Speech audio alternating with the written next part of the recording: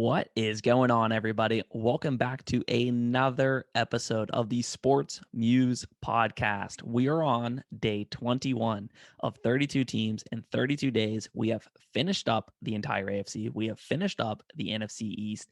We are starting off the NFC South, and we are starting off with the defending, reigning Super Bowl champions, the Tampa Bay Buccaneers. We just hit 1,600 subscribers on the Sports Muse. So please, guys, drop a quick sub, like, all that fun stuff. I won't waste your time by pitching myself. Okay. On this very podcast last year, I predicted the Tampa Bay Buccaneers would go 10-6. They ended up going 11-5. But the fun part about that is on my bold prediction, I said the Tampa Bay Buccaneers would start the season not great. They would kind of start off and it look a little rough. It look a little sketchy. And that's exactly what kind of happened, right? There was a point where you're like, oh, maybe this didn't all work out, or maybe it's not going to be perfect. Well, the reason I said that and the reason this happened is because of COVID. Tom Brady is a perfectionist. He came down there, really couldn't work with his teammates much. Very new situation. You're kind of mixing, Bruce Arians' philosophies, Byron Leftwich, Tom Brady. You're kind of, trying to gel it all together. And you knew this team had immense talent. And at the end of the season, I thought the cream would rise to the top. And that's kind of what happened to, the Tampa Bay Buccaneers is they caught fire at the end of the season. And it wasn't blind luck. It's just that's what happens, man. When you don't have an offseason to really prepare and you have a new quarterback, the most important position in sports, it's going to start off a little rough. So pat myself on the back. I'm kind of a super genius. No big deal. But let's go ahead and jump to it. For this 2021 season, as far as additions and re-signings, they get Giovanni Bernard, Leonard Fournette, Antonio Brown. They tag Chris Godwin, Gronk, Shaq Barrett, Ndamukong Suh, Levante David, and Ross Cockrell. A lot of those guys, guys that were already on the team. So basically, you heard this last year with the Chiefs. You're gonna hear this all year with the Tampa Bay Buccaneers. They're bringing the band back. Why would you go out and let go a lot of guys and bring in a lot of new faces? This worked. So if it's not broken, why fix it? Love it, man. I love bringing in Giovanni Bernard. He's been. I'm from Pittsburgh, man. I watch every Steelers game, so I see a lot of Cincinnati Bengals.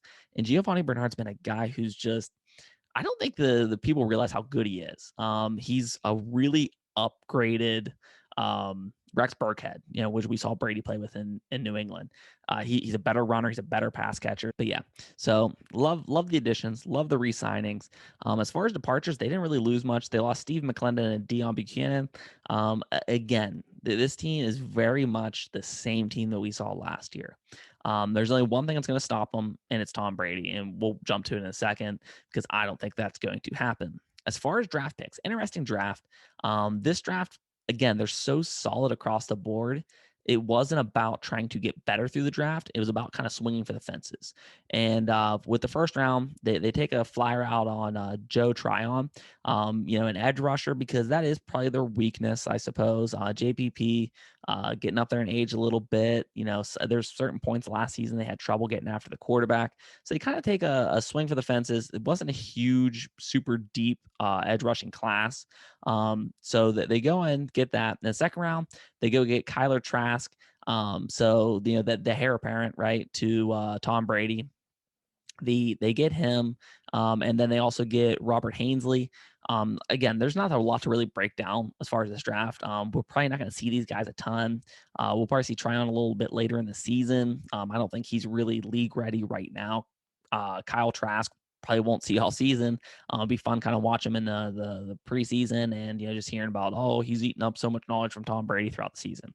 But that's about it for this draft. As far as team strengths, I mean, I can go on and on and on. Just look at the depth chart. Watch film from last year. This is the defending Super Bowl champions. They have the greatest quarterback of all time, maybe the greatest athlete in sports history. So as far as team strengths, man, I don't need to go on and on and on. Read you their 45 awesome wide receivers. I don't need to do that. As far as weaknesses, now you had to have a weakness because even if everything's a strength, you have something that's kind of a little bit lagging, right? I don't love their corners. They held up last year, and I think that's about all they did. I don't think they exceeded expectations. I don't think they did fantastic. They had a few guys hit more than we thought they were going to, like Winfield Jr. I think was definitely more of a player. what is it, Whitehead? Yeah, Whitehead. I think he stepped up, battled a little bit of injuries in the postseason, but as far as their corners, they did well in some games. Other games they got beat pretty bad. So I think it's their weakness. But I think they're so solid in their front seven. They're so solid on offense that I don't think it really matters, to be completely honest with you. As far as biggest question mark, will Tom Brady ever get old? And when you're a little kid and you're playing little league sports, and the kid across from you is like, you're 8 years old. The kid across from you is 6'2", has a full mustache, and you're like, somebody check his birth certificate. That's how I feel about Tom Brady. Like, are we sure Tom Brady's in his mid-40s? Like, I don't know, man. Tom Brady figured out something, the fountain of youth, like it's Tuck Everlasting. This dude doesn't get older. Like, he doesn't slow down. It's stupid. It's crazy. It's like a human cheat code. I don't even really like Tom Brady. The dude's the GOAT, and I'm not going to disrespect the guy. As far as record prediction, I think this season goes a little bit better as far as the regular season, but I don't think this team really cares too much about the regular season. I think this team's a bunch of vets, and I think they're all about getting to the dance, right? Of course, they love home field advantage throughout the playoffs, but I don't think it's the most important thing in the world to them. So, as far as record prediction, I'm saying 13-4.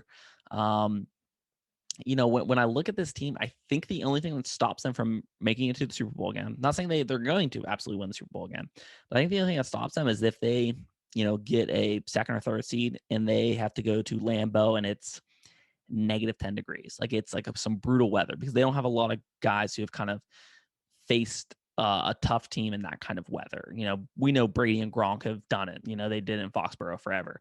But AB did a little bit in Pittsburgh, some cold weather. But I don't know how like a Mike Evans and a Chris Godwin. Chris Godwin's Penn State, so he should have had some weather. But some of those guys, it is Tampa, Florida. It is nice. So something weird like that. But I just don't see. Maybe Jalen Ramsey, Aaron Donald caused some havoc on defense, and Matt Stafford really stepped up to be a dark horse MVP candidate. The Rams can give him a run for their money. Other than that, I don't see like this division isn't going to come close to knocking off this team. But yeah, so 13-4, it could be 15-2, wouldn't surprise me. It also could be 11-6. But 13-4 is my prediction. As far as bold prediction goes, looking at this team, you can really say anything. But I think one thing that's going to be interesting, and I talked about Giovanni Bernard earlier, but I think he gets the crunch time snaps at running back. I think he's going to be the guy, 5 minutes left in the game, tie game, up 4, down 4, whatever it is. I think he's going to be the guy that's out there. I've been hearing stuff from training camp that Rojo's stepping up, and I like Rojo. Leonard Fournette, I'm never a huge fan. He's a talented guy. He's too many runs where it just doesn't kind of pan out for him. I don't think he sees the lanes great. But we know Rojo can't catch the ball. He can't catch a cold. So Giovanni Bernard, I think, gets all the crunch time snaps. We know Brady likes a back to have his skill set. We saw James White in the Super Bowl. And he's a better running back. Not even close. He's so much better than James White as far as just truly running the ball. James White probably catches the ball a little better, but end of the day, I think Giovanni Bernard gets the crunch time snaps. So, guys, I told you we went over 1,600 subscribers. Please, man, let's get to 1,700. Let's get to 2,000. Let's get to 1 million. Please click that subscribe button. Please click like. Drop in the comments, though, guys. Let me know what you guys think. Do you guys think I'm wrong? Are you worried about this team not bringing in new faces to kind of challenge each other? Let me know in the comments. I'd love to talk to you guys. It's always interesting. Sometimes we get some homer people that are like, oh, you're crazy. They're going to go 17-0, that kind of stuff. And sometimes you get some pessimistic people who are like, no, this team's the worst. Tom Brady sucks, yada, yada, yada. So drop in the comments. Like I said, like, subscribe, all that fun stuff. But guys, I appreciate you watching the show, and I will see you next time. Hey guys, thank you so much for sticking around for the entire video. Thank you for supporting the show, clicking that like button, subscribing, comments, all that fun stuff. If you could just take one more second and check out Rep Sports, check out Raise Energy. They are partnered with this podcast. They are help supporting me. So if you go and check them out, it's the best tasting energy drink on the market. 100% guaranteed. They have supplements, protein, pre-workouts, recovery, all that stuff. If you guys check them out, and you use promo code SportsMuse when checking out, you get 15% off of your order. And who doesn't like, some money off of their purchase? That's awesome. So definitely check them out. And like I said, it helps support me. It helps support them. So please check them out, guys. And thank you again so much for sticking around.